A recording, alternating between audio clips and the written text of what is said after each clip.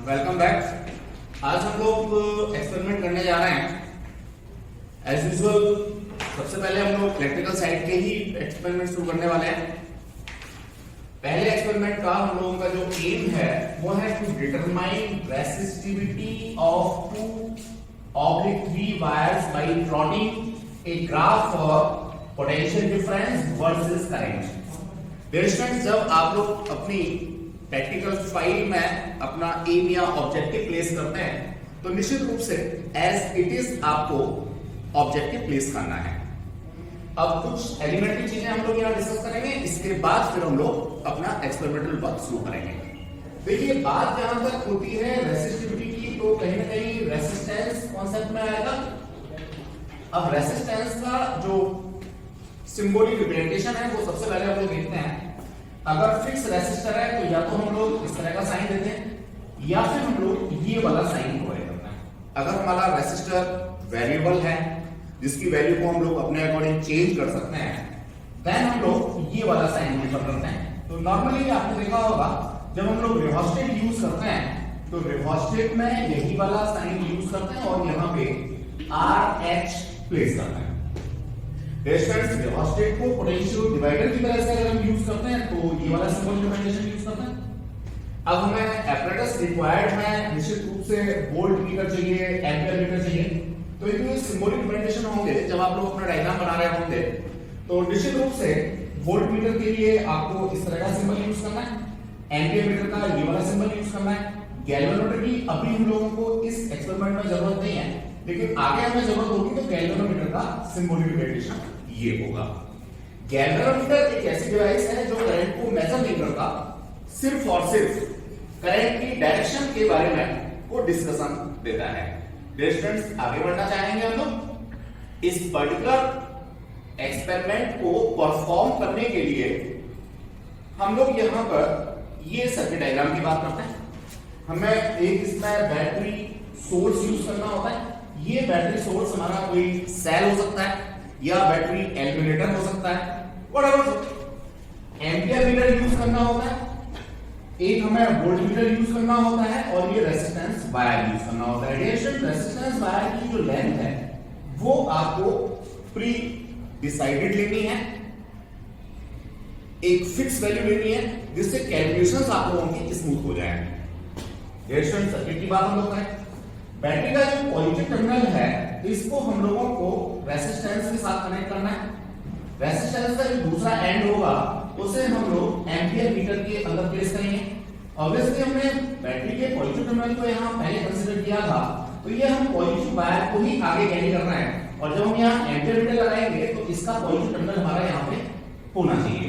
Then after जो remaining हमारा and होगा एम्पियर मीटर का, उसको हम लोग बैटरी के नेगेटिव टर्मिनल से कनेक्ट कर देंगे। करंट्स को हम लोगों को कंट्रोल करना है, सर्किट को ऑन करना है, ऑफ करना है, तो हम लोग यहाँ कहीं भी एक की और प्लेस कर देते हैं सीरीज में। अब सिंबॉलिक रिप्रेजेंटेशन में अगर यहाँ पर बीच में ये डॉट लगा हुआ है तो इसका मतलब की हमारी ऑन है। अगर की ऑन है तो पूरा का पूरा सर्किट ये हमारा फंक्शन में होगा, सर्किट के अंदर से करंट फ्लो करेगी।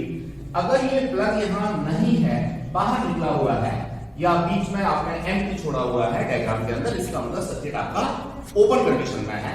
और जब सर्किट आपका ओपन कंडीशन में है तो इसका रेजिस्टेंस इंफिनिटी होता है और इससे फ्लो होने वाली करंट जीरो होती है।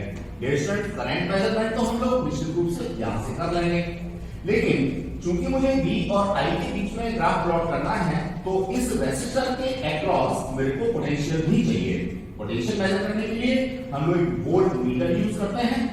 ऑब्वियसली जो वोल्ट मीटर का पॉजिटिव एंड है वो बैटरी के पॉजिटिव एंड की तरफ होना चाहिए, as well as volt meter का जो नेगेटिव एंड है वो बैटरी के नेगेटिव एंड की तरफ होना चाहिए या उससे कनेक्टेड हमें करना है। तो डियर स्टूडेंट्स, ये कॉन्सेप्ट था एक चीज में, और यहाँ आप लोगों को एक्सप्लेन करना चाहूंगा। हमारा कोई भी सर्किट होता है उसमें हमें कंटिन्यूअस करंट फ्लो नहीं करानी होती। जितनी देर हम लोग रीडिंग लेते हैं सिर्फ उतनी ही देर हमें उसमें करंट फ्लो करानी है। दूसरी चीज, करंट्स और पोटेंशियल्स की वैल्यू हाई नहीं होनी चाहिए। अगर करंट और पोटेंशियल्स की वैल्यू हाई हुई तो रेजिस्टेंस वायर हमारा हीट अप हो जाएगा, और जब रेजिस्टेंस वायर हीट अप हो जाएगा तो ऑब्वियसली जो रेसिस्टेंस की वैल्यू है या रेसिस्टिविटी की वैल्यू है वो चेंजिंग टेम्परेचर की वजह से चेंज हो जाएगी, तो हमारा पर्पस एक तरीके से फुलफिल नहीं हो पाएगा। तो हम इसमें जितना कम से कम करंट ले सकते हैं वो हमें लेनी है, लोअर पोटेंशियल्स पे लेना है। इसका मतलब जो मैं एम्पियर मीटर यहां कनेक्ट करके आपको दिखा रहा हूं, ये निश्चित रूप से मेरा मिली एम्पियर मीटर होना चाहिए। बिल्कुल इसी तरह से वोल्ट मीटर की रेंज मैं देख लूंगा, डिपेंड करेगा रेजिस्टेंस के ऊपर। हो सकता है ये मेरे को मिली वोल्ट मीटर यूज करना पड़े, या हो सकता है मेरा वोल्ट मीटर से ये काम चल जाए। तो dear students, I hope so ये सर्किट डायग्राम आपको क्लियर हो गया होगा। करंट की डायरेक्शन, नो डाउट आप लोग कन्वेंशनल करंट की डायरेक्शन शो करते हैं। यहां नेग्लिजिबल करंट फ्लो होगी, बिकॉज़ जब आपको पता है आइडियल वोल्ट मीटर जो होते हैं, इन आइडियल वोल्ट मीटर का रेजिस्टेंस अप्रोचिंग टू इंफिनिटी होता है। इंफिनिटी नहीं होता, लेकिन अप्रोचिंग टू इंफिनिटी होता है, यानी जितना ज्यादा रेजिस्टेंस होगा वोल्ट मीटर का उतना ही ज्यादा अच्छा होगा हमारा वोल्ट मीटर। तो डियर स्टूडेंट्स, ये हमारा सर्किट डायग्राम का कॉन्सेप्ट था कि किस तरह से सर्किट हम लोगों को डिजाइन करना है, लगाना है। देन आफ्टर ये मैं यहां आपको शो करना चाहूंगा दो डायग्राम और, जिन पे हमने शो किया है कन्वेंशनल करंट और किसी भी रेजिस्टेंस या कंडक्टिंग वायर के अंदर फ्री इलेक्ट्रॉन्स का मोशन। डियर स्टूडेंट्स, जो फ्री इलेक्ट्रॉन्स होते हैं, जैसे ही हम कोई एडिशनल सोर्स यहां अप्लाई करते हैं, डायरेक्शनल हो जाते हैं, और फ्री इलेक्ट्रॉन्स की डायरेक्शन ऑलवेज नेगेटिव टर्मिनल से पॉजिटिव टर्मिनल की तरफ होती है, जबकि जो कन्वेंशनल करंट है उसकी डायरेक्शन हमारी पॉजिटिव से नेगेटिव की तरफ होगी।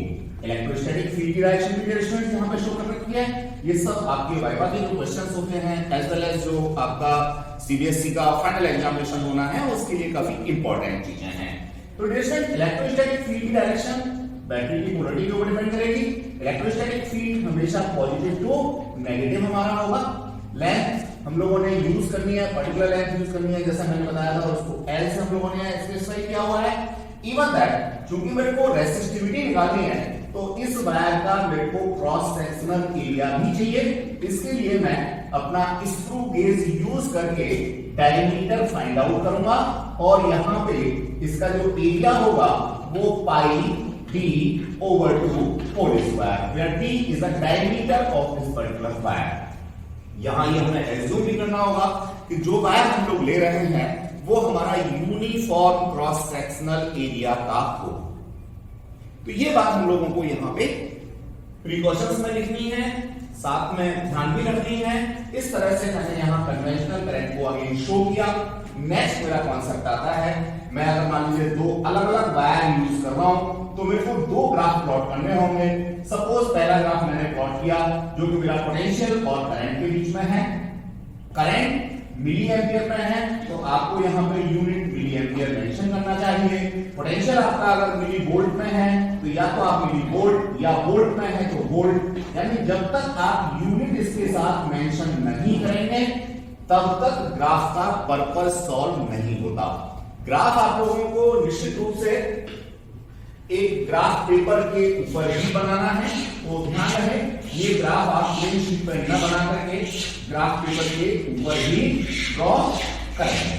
That's the concept. Dear students, एक ग्राफ आपने ये ड्रॉ कर लिया, मान लीजिए रेड कलर से ड्रॉ कर लिया, चाहे तो दूसरा ग्राफ इसी ग्राफ पेपर के आप यूज कर सकते हैं, और वो दूसरी पेंसिल से या दूसरे कलर से या व्हाटएवर सो, इसको आप लोग R1 R2 दोनों को नाम भी प्लेस कर सकते हैं। तो एक ही ग्राफ के ऊपर दोनों आपके प्लॉट्स हो सकते हैं। अब बात आती है कि हम जो है यहां से पहले रेजिस्टेंस कैसे फाइंड आउट करें। डियर स्टूडेंट्स, रेजिस्टेंस के लिए सिंपल सा कॉन्सेप्ट होता है, हम सब जानते हैं, resistance equals to rho L by K. ये तो हमारा फॉर्मूला बेस हो गया। अब इसमें रो तो मेरे को कैलकुलेट करना है, रेजिस्टेंस मैं इस ग्राफ से निकल के आऊंगा, एल मैंने मेजर किया है, एरिया मैंने मेजर किया है या कैलकुलेट किया है डायमीटर मेजर करने के बाद। अब बात करती है कि मैं आर इस ग्राफ से कैसे निकल के आऊंगा। पेशेंस, आर जो हमारा होता है वो V अपॉन I होता है। तो ऑब्वियसली मुझे क्या करना होगा, यहां पर्टिकुलर ग्राफ के लिए कोई भी एक पॉइंट लेकर के ये परपेंडिकुलर्स ड्रॉ करने होंगे। ये जो वैल्यू होगी ये पोटेंशियल की वैल्यू देगी, और ये वाली वैल्यू करंट आई की वैल्यू देगी। तो मुझे सिंपली यहाँ पे V और I की वैल्यूज को प्लेस करना है, मेरा R1 निकल के आ जाएगा। सेम कॉन्सेप्ट मेरे को R2 के लिए डिस्कस करना है। R2 के लिए मैं यहाँ कोई भी एक जगह लेकर के ये दो परपेंडिकुलर ड्रॉ करूंगा। ये मेरे पास V2 आ जाएगा और ये मेरा जो ये वाला कॉन्सेप्ट है ये मेरा I2 आ जाएगा। तो मैं यहाँ सिंपल सा V2 और I2 लेकर के R2 की कैलकुलेशन कर पाऊंगा। दैट इज द कॉन्सेप्ट कि मुझे किस तरीके से इसको परस्यू करना है। आगे मैं बढ़ता हूं बच्चों। ये फॉर्मूला हमने प्लेस किया हुआ है प्रिकॉशनरी। मैंने यहाँ अल्फा का कॉन्सेप्ट आपको देने की कोशिश की है। इस अल्फा के कॉन्सेप्ट में हम क्या देख रहे हैं कि जैसे ही मेरा टेम्परेचर बढ़ेगा ऑब्वियसली पर्टिकुलर टेम्परेचर पे रेसिस्टेंस मेरा इंक्रीज कर जाएगा। बिकॉज ऑफ मैं यहाँ यूज कर रहा हूँ may be nichrome, may be constantan, whatever so. कोशिश होती है कि मैग्नेट और कॉन्स्टेंटन हम लोग यूज करें जिसका कि अल्फा जो है वो अप्रोचिंग टू 0 होता है। ये दोनों ही एलॉय है, कॉन्स्टेंटन है, मैग्नेट है, इनका अल्फा अप्रोचिंग टू 0 होता है। यानी टेम्परेचर में कोई छोटा मोटा चेंज आएगा भी तो रेसिस्टेंस में कोई फर्क नहीं होगा। तो वी विल यूज। अब ये आपको लिखने की जरूरत नहीं है, लेकिन सिर्फ मैं वाइवा के पॉइंट ऑफ व्यू से आपको एक्सप्लेन कर रहा हूं कि आपको प्रिकॉशनरी क्या काम करना है। स्टूडेंट्स थोड़ा सा और आगे हम लोग बढ़े। ये मैंने एक यहाँ आपको रिप्रेजेंटेशन दे रखा है आपकी नॉलेज के लिए कि अगर मैं यूज करता हूं कॉपर को तो भैया कॉपर के लिए मेरे को ये वाला ग्राफ मिलता है, यानी अल्फा की वैल्यू कंपैरेटिवली ज्यादा होती है। और डियर स्टूडेंट्स अगर मैं नाइट्रोम का वायर यूज करता हूं, ये वाला मैंने नाइट्रोम के लिए ग्राफ दिया हुआ है, तो टेम्परेचर के साथ रेसिस्टिविटी पे चेंज आता है लेकिन काफी कम चेंज आता है। आप देख रहे हो यहाँ पे 200, 300, 400 या 600 इस तरह से टेम्परेचर आ रहा है, तो इतना चेंज तो आपका कभी आता नहीं है। अगर चेंज आएगा तो माइक्रो चेंज आएगा। तो आप जो है अगर यहाँ नाइट्रोन का वायर प्रीफर करेंगे तो मैं समझता हूँ वो ज्यादा अच्छे रिजल्ट्स आपको देगा या एक्सपेरिमेंटल वेरिफिकेशंस आपके हो पाएंगे। अब बात रहती है रेसिस्टिविटी की। जो वायर आपको लैब में मिल रहा है, सपोज नाइट्रोन का ही मिल रहा है, तो उसकी रेसिस्टिविटी आपको स्टैंडर्ड रेसिस्टिविटी पर्टिकुलर किसी टेम्परेचर पे, जैसे आज मान लीजिए आप एक्सपेरिमेंट करते हैं और आज दिल्ली का टेम्परेचर 12 या 15 डिग्री सेल्सियस है, तो आपको इंटरनेट की हेल्प से या किसी टेबल की हेल्प से 15 डिग्री सेल्सियस टेम्परेचर पे नाइट्रोन की रेसिस्टिविटी क्या होती है स्टैंडर्ड वैल्यू वहां से पिक करनी है। अब एक वैल्यू आपकी मेजर्ड होगी, दूसरी वैल्यू आपकी इंटरनेट से उठाई जो स्टैंडर्ड वैल्यू है वो होगी। नो डाउट दोनों में कंपेयर करके आपको ये भी देखना होगा कि आपने जो काम किया है वो कितना सही है, किस एक्सटेंट तक सही है। अगर 10% तक के वेरिएशंस भी आपके आते हैं तो इसका मतलब आपने अपना जो लैब में वर्क किया है वो अच्छा वर्क है। 10 से ज्यादा आता है इसका मतलब ये नहीं है कि आप मैनिपुलेट करके उसमें कुछ भी लिखने की कोशिश करेंगे। कोई बात नहीं, एक बार आपने किया, मान लीजिए आपके वेरिएशंस ज्यादा आ गए, नॉट टू वरी, दूसरी बार कर सकते हैं, तीसरी बार कर सकते हैं। आपको निश्चित रूप से अपने आप को रिफाइन करना है और कोशिश करनी है कि ये जो वेरिएशंस हैं वो 10% से लेस ही आपके आ जाएं। Thanks a lot, keep safe, be safe. Dear students, आज का जो हम लोगों का एक्सपेरिमेंट है उसके लिए हमें कुछ मेजरिंग इंस्ट्रूमेंट्स की जरूरत है। वो मेजरिंग इंस्ट्रूमेंट हम अभी यहाँ एक्सप्लेन करने जा रहे हैं। देखिए, कोई भी मेजरिंग इंस्ट्रूमेंट अगर आप यूज करते हैं तो उसका लीस्ट काउंट आपको सबसे पहले पता होना चाहिए। एट फर्स्ट मैं यहाँ डिस्क्राइब करूंगा एम्पियर मीटर या मिली एम्पियर मीटर को। जैसा मैंने अभी डिस्कस किया था कि हमें लोअर करंट्स को ही यहाँ पे यूज करना होता है, तो मिली एम्पियर मीटर हम लोग यहाँ पे प्रीफर करेंगे। ये मिली एम्पियर मीटर है, पहचान हमारा बिल्कुल क्लियर है। बीच में क्या लिखा हुआ है, MA लिखा हुआ है। M stand for milli, A stand for ampere. Getting the concept और नॉट? M यहाँ पे कैपिटल में कभी नहीं होगा। कैपिटल M का मतलब आप सबको पता है क्या होता है, मेगा होता है। तो ये मिली है, 10⁻³ है, इसलिए स्मॉल m ही रहेगा। अब इसकी लिस्ट काउंट की बात करते हैं। डियर स्टूडेंट्स, आप देखेंगे 0 से लेकर के 100 के बीच में यहां 10 डिवीजन है, 1 2 3 4 5 6 7 8 9 10। तो 100/10 मिली एम्पियर, ये इसका लिस्ट काउंट होगा। तो जब भी कोई भी मेजरिंग इंस्ट्रूमेंट आप यूज करते हैं तो सबसे पहले उसका लिस्ट काउंट आपको नोट करके रखना चाहिए। इवन दैट आपको एक सेंटेंस भी अपनी जो प्रैक्टिकल फाइल है उसके अंदर क्लियरली मेंशन करना चाहिए कि जो आपने इंस्ट्रूमेंट्स यूज किए थे उनका लिस्ट काउंट किया था। तो ये मिली एम्पियर मीटर का कॉन्सेप्ट हो गया। कनेक्ट करने के लिए बड़ा ऑब्वियस है।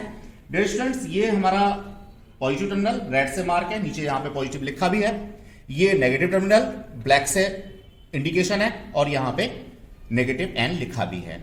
अब देखिए, इसमें जब हम वायर यूज करते हैं तो सबसे पहले मैं कनेक्टिंग वायर की बात करना चाहूंगा। ये हमारा कनेक्टिंग वायर है।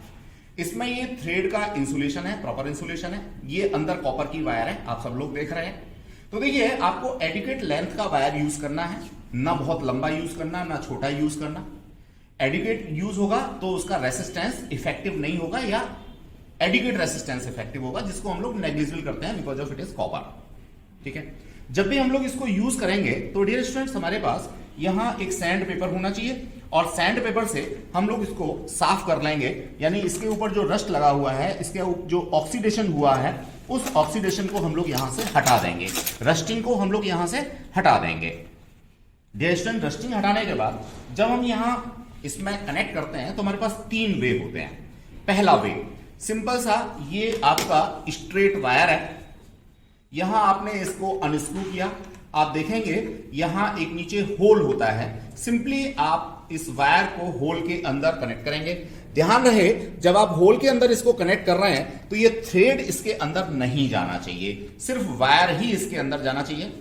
और लगाने के बाद आप इसको सिंपली एक एप्रोप्रिएट टॉर्क से टाइट कर देंगे।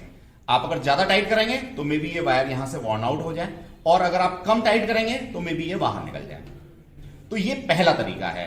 दूसरा तरीका डियर स्टूडेंट्स, कुछ इंस्ट्रूमेंट्स में हमें ये होल नहीं मिलता, तब हम लोग क्या करते हैं, तब हम लोग सिंपल इसके जो वायर हमें मिल रहा है, इसके इंसुलेशन को हटा करके, रस्ट हटा करके इसका एक यू बना लेते हैं। जस्ट लाइक ये यू हम लोग इसका बना लेते हैं, और ये यहां हम यू को इसके बीच में लगाएंगे। अगेन कंडीशन वही है कि हमारा थ्रेड इसके अंदर नहीं होना चाहिए। डियर स्टूडेंट्स, ये यू लगा करके हम लोग इसको टाइट करते चले जाएंगे। अभी ये ज्यादा ओपन था इसलिए मैंने इसको पहले एप्रोप्रिएट टाइट कर लिया। अब मैं इसमें यू फंसाऊंगा और फिर इसके बाद इसको टाइट करूंगा। तो इस तरीके से ये मेरा दूसरा तरीका है जिसके बेसिस पे मैं इसको कनेक्ट कर सकता हूं। तीसरा तरीका बड़ा सिंपल सा, जो अनवांटेड है, हम लोगों को नॉर्मली यूज नहीं करना चाहिए। आपने ये सिंपल सा यू बनाया है, विदाउट थ्रेड बनाया है, या जो मेरा कॉपर वाला पार्ट है उसका यू बनाया है, और यहां बीच में जो होल है इसके अंदर हमने इसको इंसर्ट कर दिया है। तो ये भी हमारा एक वे हो सकता है। दूसरा, हमारे पास कनेक्टिंग वायर्स होते हैं। अगर वो कनेक्टिंग वायर्स हमारे पास हैं जिनमें इस तरह से हमें वायर नहीं मिलता, तो सीधे सीधे हम लोग कनेक्टिंग वायर को इंस्ट्रूमेंट इसके अंदर इंसर्ट कर सकते हैं। तो ये कनेक्शन कैसे करना है, मिली एम्पियर मीटर क्या होता है, कैसे इसको कनेक्ट करेंगे। जैसा आपको पता है, मिली एम्पियर मीटर का रेसिस्टेंस कंपैरेटिवली काफी कम होता है। ऑलवेज इसको सीरीज में हमें कनेक्ट करना होता है, जैसा अभी मैंने सर्किट में आपको दिखाया था। मिली एम्पियर मीटर के बाद में हम लोग बात करना चाहेंगे वोल्ट मीटर की। ये दूसरा मेजरिंग इंस्ट्रूमेंट है, तो हम लोग अगेन यहां पे मिली वोल्ट मीटर यूज करने जा रहे हैं। बिकॉज ऑफ, जैसे मैं बताया था, लेसर पोटेंशियल्स, लेसर करंट्स हम लोग यहां यूज करना चाहेंगे, जिससे कि हमारे रेसिस्टेंस वायर का टेम्परेचर ना बढ़े और उसकी रेसिस्टिविटी कांस्टेंट बनी रहे। Dear student, at all first, MV, V stand for volt, M stand for milli. अब इसकी लिस्ट काउंट की बात करते हैं। तो डियर स्टूडेंट, लिस्ट काउंट में अगेन 0 से लेकर के 100 के बीच में 10 स्मॉल डिविजन्स हैं, तो 100/10 that is the least count. Dear students, एक चीज और भी मैं डिस्कस करना चाहूंगा। जिस इंस्ट्रूमेंट की लीस्ट काउंट जितना कम होगी वो उतना ज्यादा सेंसिटिव होगा, और जितना ज्यादा सेंसिटिव इंस्ट्रूमेंट होगा उतना ही वो हमारे एक्सपेरिमेंट के लिए अच्छा माना जाएगा या अच्छी रीडिंग आएंगी।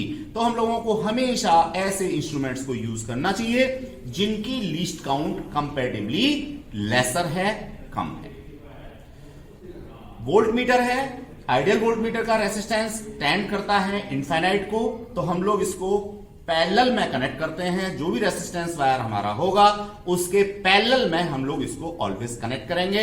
अगेन ध्यान रहे, positive terminal indicated by red colour और positive is here, negative black से हम लोग शो करते हैं और माइनस का साइन यहां पे लगा होगा। डियर स्टूडेंट्स, नेक्स्ट हम लोगों के पास में मिलता है जनरली नाइक्रोम का वायर।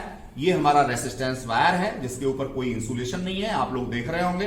कंपेरेटिवली ये पुराना वायर है तो इसमें कुछ बल्ज आउट्स आए हुए हैं, तो आपको स्ट्रेट वायर यूज करना है। दूसरी तरफ एक ऐसा वायर यूज करना है जिसकी लेंथ फिक्स हो, क्रॉस सेक्शनल एरिया यूनिफॉर्म हो, तो ये हम वायर यूज करना चाहेंगे। इसकी लेंथ हम लोग मीटर स्केल की हेल्प से मेजर कर लेंगे। जहां तक बात है इसके डायमीटर के लिए, बिकॉज ऑफ अभी जो मैं डिस्कस कर रहा था, फॉर्मूला मैंने बताया था, आपको डायमीटर की जरूरत होगी या रेडियस की जरूरत होगी cross sectional area find out करने के लिए। सिंपली आप ये स्क्रू गेज यूज करेंगे। स्क्रू गेज को कैसे यूज करना है ये बात हम लोग प्रीवियस क्लासेस में पढ़ चुके हैं, जान चुके हैं। तो एटलीस्ट 3 अलग अलग प्लेसेस पे आप इसका डायमीटर फाइंड आउट करेंगे। शॉर्ट फॉर्म में इसकी टेबल्स आप बनाएंगे अपनी नोटबुक के अंदर। एक जगह हो गया, इसको यहां से ओपन करो, दूसरी जगह लो, तीसरी जगह लो, तीनों का मीन निकाल दो, तो इस वायर का डायमीटर आपको यहां से मिल गया। इसको प्रॉपर एसआईयू सिस्टम में ला करके इसका क्या निकालेंगे, क्रॉस सेक्शनल एरिया निकालेंगे। किसका? स्क्रू गेज का नहीं, वायर का। That is the concept dear students. अब एक चीज हमारी यूज होती है यहां, रिहोस्टेट ऑप्शनल है, अननेसेसरी लगाने की जरूरत नहीं है, लेकिन अगर आपको करंट्स को कंट्रोल करना है तो आप लोग यहां से रिहोस्टेट को यूज कर सकते हैं। डियर स्टूडेंट्स, ये यूनिफॉर्म क्रॉस सेक्शनल एरिया का हमारा वायर होता है, रेसिस्टेंस वायर होता है, जिसकी अल्फा की वैल्यू नियर अबाउट टू 0 होती है। जनरली इट बिलोंग्स टू मैग्निन और कॉन्स्टेंटन। नीचे वाला और ये नीचे वाले जो दोनों टर्मिनल्स आपको दिख रहे हैं, ये फिक्स रेसिस्टेंस को शो करते हैं। इसका फिक्स रेसिस्टेंस कितना होता है ये यहां पे लिखा होता है, इसके ऊपर लिखा है 40 ओम्स। तो मैं ये नहीं कहूंगा कि ये आइडियल है, लेकिन टेंटेटिवली 40 ओम ही ये मिलेगा। डियर स्टूडेंट्स, आगे इसमें अगर देखेंगे तो 1.6 एम्पियर लिखा है। इसका मतलब यह है कि आप अगर इस रेसिस्टेंस वायर के थ्रू 1.6 एम्पियर तक की करंट फ्लो कराएंगे तो इसका टेम्परेचर मेजरेबल चेंज नहीं होगा। That's the concept. तो कोशिश करनी चाहिए 0.5, 0.2, 0.3 ये एम्पियर्स की करंट ही आप इसके अंदर से फ्लो कराएं। इसलिए हम लोगों ने यहां जब यूज किया था तो मिली एम्पियर मीटर को यूज किया था, यानी कम करंट ही हम लोग फ्लो कराना चाह रहे थे। डियर स्टूडेंट्स, अगर इसके यूज की बात करें, फिक्स रेसिस्टेंस यूज करना है तो ये दोनों टर्मिनल्स आप यूज करेंगे। वेरिएबल रेजिस्टेंस यूज करना है तो एक नीचे का टर्मिनल यूज करेंगे, एक ऊपर का टर्मिनल आप यूज करेंगे। ये इसका स्लाइडर है। नो डाउट जब आपका स्लाइडर यहां पे है तो देखिए जो आपका कनेक्टिंग पॉइंट है, जहां मेरी फिंगर पॉइंट आउट कर रही है, यहां से ये कम लेंथ है, यानी बहुत कम रेसिस्टेंस होगा इस नीचे वाले टर्मिनल और ऊपर वाले टर्मिनल के बीच में। अगर आपने रेसिस्टेंस बढ़ाना है तो सिंपली आप इस स्लाइडर को आगे ले जाएंगे। अब ये लेंथ बढ़ गया, अल्टीमेटली ये जो दो टर्मिनल हैं इन दोनों टर्मिनल्स के बीच में रेसिस्टेंस बढ़ गया। तो आप इस तरह से अपने सर्किट के अंदर करंट की वैल्यू को कंट्रोल कर सकते हैं। That is a concept regarding to our rheostat. Students, next हम लोग इसमें जो यूज करना चाहेंगे वो होगा हमारा battery eliminator. It's your choice. आप इसमें क्या कर सकते हैं, बैटरी एलिमिनेटर यूज कर सकते हैं या सेल यूज कर सकते हैं। सिंपली इसकी पूरी वर्किंग सारी चीज हम लोग पहले ही डिस्कस कर चुके हैं। अभी सिर्फ हम यूज की बात करेंगे।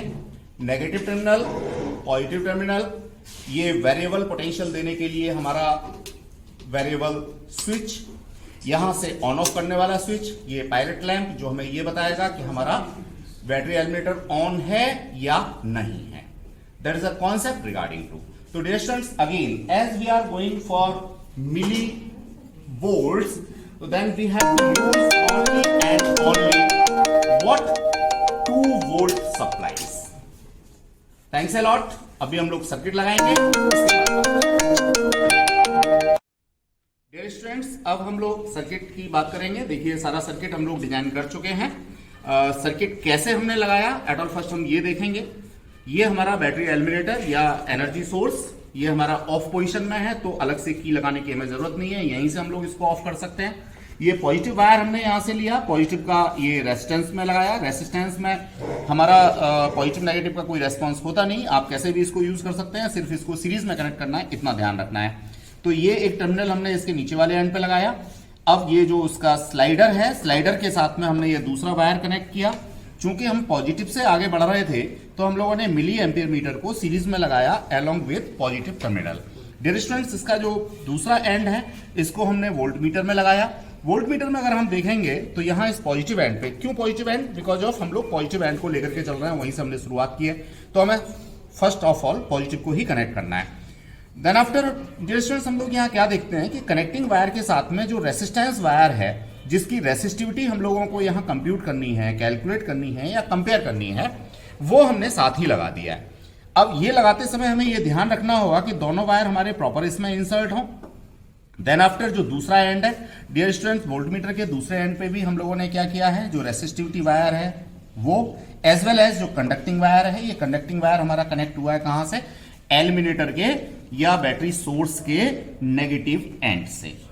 अब डियर स्टूडेंट्स, एक प्रिकॉशन हमें यहाँ और लेनी होगी कि ये जो वायर, रेसिस्टिविटी वायर हम यहाँ पे यूज कर रहे हैं या रेसिस्टेंस वायर जो हम लोग यूज कर रहे हैं, इसकी लेंथ हमें जो मेजर करनी है वो इन फ्री टर्मिनल से आगे आगे की करनी है। टर्मिनल के बाद में कोई वायर हमारा निकला हुआ है तो वो हमें लेंथ के अंदर कंसीडर करना ही नहीं है। तो लेंथ जो हम लोग इसकी कंसीडर करेंगे वो यहां से, जहां मेरा पेन का टिप लगा हुआ है, यहां से ये पूरा लेंथ हम लोग यहां तक यूज करेंगे। ये हमारा कॉन्सेप्ट था डियर स्टूडेंट्स। अब मैं सर्किट ऑन करूंगा। सर्किट ऑन करते हैं तो देखिए हमने इसको मिनिमम पे रखा हुआ है, that is on 2 volt. Initially हम लोग इसको हायर पोटेंशियल्स पे नहीं रखेंगे, अदरवाइज होगा क्या, मे बी हमारा ओवर स्केल डिफ्लेक्शन चला जाए दोनों ही volt meter as well as ampere meter में, और ये हमारे डैमेज हो सकते हैं। इसलिए हम लोगों को यहाँ लोअर पोटेंशियल पे ही इसको लगाना है। इवन इसकी भी बात करें तो हम इसको मॉडरेट पे कर सकते हैं या मिनिमम पे कर सकते हैं। हमने मॉडरेट पे किया हुआ है। इसको हम लोगों ने यहां से जैसे ही ऑन किया तो हम लोग क्या देखते हैं डियर स्टूडेंट्स, यहाँ पायलट लैंप हमारा ऑन होता है, एज वेल एज हमारी रीडिंग जो है मिली एम्पियर मीटर और वोल्ट मीटर दोनों में ही आ जाती है। डियर स्टूडेंट्स, अब मैं रीडिंग लेना बताऊंगा कि कैसे हमें रीडिंग लेनी है, फिर इसको कैसे चेंज करना है, डिफरेंट रीडिंग कैसे लेनी है, हम उसकी बात करेंगे।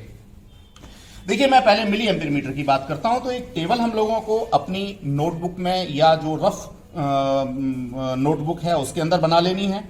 उसमें दोनों की लिस्ट काउंट को लिख लेना है। मिली एम्पियर मीटर की जो रीडिंग है वो अगर हम देखेंगे तो देखिए 0 के बाद में 1 2 3 4 5 जो 6th डिवीजन है, ये 6th डिवीजन पे हमारा पॉइंटर है, तो हमें उसमें डिवीजन नंबर 6 मेंशन कर देना है। रीडिंग लेते समय ये बात विशेष रूप से ध्यान रखेंगे कि हम एपरेटस के बिल्कुल सामने हों और ये जो पॉइंटर है इसका शैडो हम लोगों को दिखाई ना दे। कुछ मेजरिंग इंस्ट्रूमेंट हमें ऐसे भी मिलते हैं जिनमें पीछे मिरर लगा होता है, तो हमें जो शैडो है पॉइंटर की वो क्लियरली उसमें विजिबल होती है। तो हमें इस तरह से रीडिंग लेनी है, पैरेलैक्स को रिमूव करते हुए रीडिंग लेनी है कि इस पॉइंटर का शैडो हमें दिखाई ना पड़े। तो यहां मैं देखता हूं तो ये 6th डिवीजन जो है ये मेरा रीडिंग आ गया, नंबर ऑफ डिवीजन 6 आ गया। अब इसको लिस्ट काउंट से मल्टीप्लाई करूंगा तो इसकी वैल्यू आ जाएगी। डियर स्टूडेंट्स, अब मैं इसके करस्पॉन्डिंग जो भी मेरा 0.6 आया है इसके करस्पॉन्डिंग अगर मैं मिली वोल्ट मीटर के अंदर रीडिंग की बात करता हूं तो देखिए ये मेरा 100 हो गया। 100 यानी 10 डिवीजन, 11 12 13 14 15 16, ये मेरा जो है 17 डिवीजन आ रहा है। तो डियर स्टूडेंट्स 17 डिवीजन हो गया मिली वोल्ट मीटर के अंदर। 17 को इसकी लिस्ट काउंट से मल्टीप्लाई करके मिली वोल्ट मीटर की रीडिंग आ जाएगी। ऐसे ही 6 को मल्टीप्लाई करके इसकी लिस्ट काउंट से इसकी रीडिंग आ जाएगी। पहली रीडिंग हम लोगों की कंप्लीट हो गई। अब डियर स्टूडेंट दूसरी रीडिंग के लिए मुझे क्या करना है, थोड़ी देर इसको ऑफ करके रेस्ट में ले आना है जिससे कि ये वायर मेरा हीट अप ना हो। देन आफ्टर मैं इसको अगेन ऑन करूंगा। ऑन करके रिहोस्टेट की वैल्यू मैं यहां पे चेंज करूंगा, रेसिस्टेंस की वैल्यू चेंज करूंगा with the help of rheostat. मैं यहां से देख सकता हूं, अगर मैं इसको आगे बढ़ाता हूं तो देखिए मेरी दोनों रीडिंग डिफ्लेक्ट होती हैं। मेरे को नई रीडिंग ले लेनी है और आगे बढ़ाता हूं तो मेरी रीडिंग डिफ्लेक्ट होती है, फिर रीडिंग ले लेनी है। यानी हर मिली एम्पियर मीटर के करस्पॉन्डिंग मिली वोल्ट मीटर की रीडिंग मेरी होनी चाहिए। ध्यान रहे सेट डिस्टर्ब ना हो, अदरवाइज तो आपका ग्राफ प्रॉपर नहीं बनेगा। डियर स्टूडेंट्स, मैं जितनी ज्यादा रीडिंग्स ले लूंगा उतना मेरे लिए बेनिफिशियल है, मेरा ग्राफ उतना अच्छा आएगा, उतना स्मूथ बनेगा। अब मैं देखता हूं कि दोनों ही रीडिंग मेरी नियर अबाउट 0 आ रही हैं, तो मैं यहां से रीडिंग को और चेंज कर सकता हूं। दूसरा चेंज करने का ऑप्शन होता है मेरा ये बैटरी एलिमिनेटर। इसको यूज करने का यही एक सबसे बड़ा बेनिफिट है डियर स्टूडेंट्स कि मैं यहां से वेरिएबल पोटेंशियल यूज करता हूं। मैंने पहले 2 वोल्ट यूज किया था।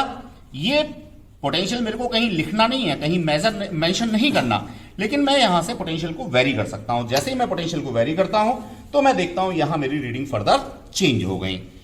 आगे मैं फिर कर सकता हूं, वेरिएबल मैंने यूज किया तो देखिए फिर रीडिंग मेरी चेंज हो गई।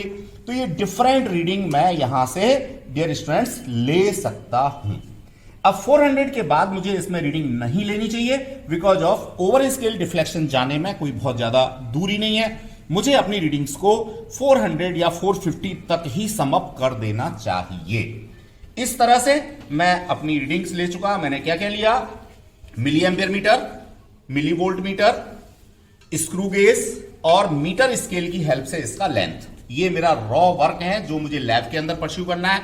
फिर इसकी कैलकुलेशंस जो मैं करूंगा वो निश्चित रूप से मैं जो भी चीजें पहले पढ़ चुका हूं, जो आज की ही क्लास में मैंने एक्सप्लेन कर रखा है, फॉर्मूला बना के बता रखा है, या ग्राफ कैसे प्लॉट करना है ये बात बता रखी है, उसके बेसिस पे मैं इसको परस्यू कर लूंगा। फाइनली इसका डेविएशन निकालूंगा। नाइक्रोम का वायर है, इसकी जो स्टैंडर्ड रेसिस्टिविटी है उसके साथ वेरिएशन निकाल के परसेंटेज एरर निकाल के कंप्लीट कर दूंगा। डायग्राम प्रॉपर बनाऊंगा, नीट एंड क्लीन बनाऊंगा। हर डायग्राम के ऊपर प्रॉपरली करंट की डायरेक्शन शो करूंगा। मेरा एक एक्सपेरिमेंट डन हो जाएगा। Thank you.